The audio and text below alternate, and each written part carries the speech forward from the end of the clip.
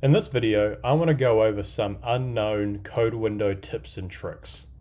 So the first one I want to go over is that in your toolbar up the top here, if you right click some empty space, you'll have the option to customize your toolbar. Now you actually have some other options here that you can drag into this toolbar. Now the one that you'll most likely drag into is this links option. Now what this links option does is that if you do have links on your window, like I do have here, you can hide those links, put them behind your buttons, or put them on top of your buttons. So that way you can make your window a little bit cleaner if you have lots of links. Or if you do want to see your links, to delete them or move them, you can move them to the very front. Another option you might have is the execute button. Now execute button here is for scripting, and if you are into scripting, having the execute button there and pressing it means that you don't have to go to report mode or code mode to execute that script that you've written. You can just click execute in edit mode and it'll execute all of your scripts. Next one I want to talk about is notes on activation. So if you have an elite license or an elite review license, you have this toggle here for notes. And what that means is that if I have notes checked and on activation, that means if I go into code mode and click this button, I'm going to have a notes box pop up and I can type in my note. Now you can probably guess what's going to happen on notes on deactivate. Instead of popping up that notes toggle when I click the button, it's going to activate, have that lag time, and then when it turns off, it's going to give me that option to write a note. Next one I want to talk about is output text. So if you have a button here and you uncheck show name and you show the output, by default it's going to be this question mark, but you can actually change that. So a lot of the times when I see output reports, sometimes it'll be just a window full of question marks. You might want to change that into just a 0, or you might want to have nothing at all, maybe a dash, or if you've got a button name that's pretty long, you can shorten that name down into something a little bit easier to read, and it's not going to change the actual button name, and it's going to show just the show output. Again, it's not going to change the actual button name. This is still going to show up on your timeline, but this is what you're just going to see on your window. Next thing I want to talk about is showing links. So I have my links hidden. Now they're below.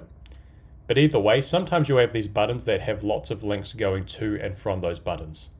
There is actually a way to kind of just highlight certain links. So if I double click this button with all these links going from it, at the bottom here, I can click and hold any of these arrow symbols to highlight just those links. So here I can see just the activation links. I can see just the deactivation links or just the exclusive links. So that way I can kind of get through the mess and see where the links are going actually to and from. Next one I want to talk about is aligning buttons. So sometimes I'll see output reports that have these y-axes and the buttons will be all over the place and they're not cleanly aligned. What you can do is if you highlight all of these buttons, you can right click any of those buttons, go align, and align middle vertical. That's going to bring them all into a line and make your window look a lot cleaner. Next thing I want to talk about when it comes into making your window look a lot cleaner, is you'll notice that each one of these buttons has a little shape in the top left hand corner. So for code buttons, it's a diamond. For labels, it's this circle. For inactive buttons, it's a square. And for action buttons, it's a little play symbol. Now these don't actually mean anything. It's just helping the user identify what button type each button is. But if you've been using a code window for a long time, you might already know what each button is on your window. So we can just remove these. You can do that by clicking Command A to select all of the buttons on your window, double clicking any of those buttons.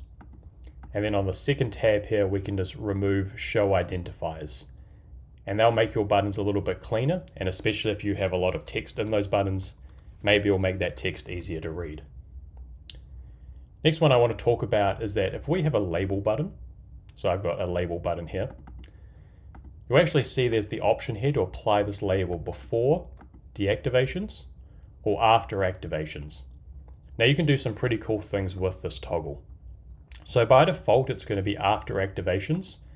And that means if you're in code mode and you have an activation link from this label to an instance, if I click that label, it's going to apply it to this instance as well as turn it on.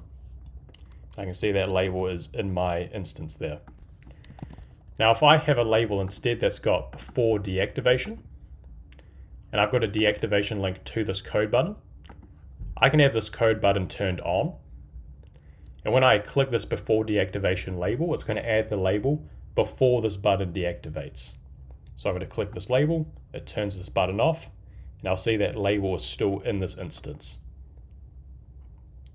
Now the last thing I want to talk about in these code windows is that if you do make a mistake in your code windows and you want to go to a previous version of that code window before you made that mistake, you can actually go File and Revert to All Versions. They'll bring up this cool little pop-up, and here you can select different types of the code window that you've had in the past. You can then select what type of code window you've wanted in the past and click Restore. It's going to restore that previous code window version.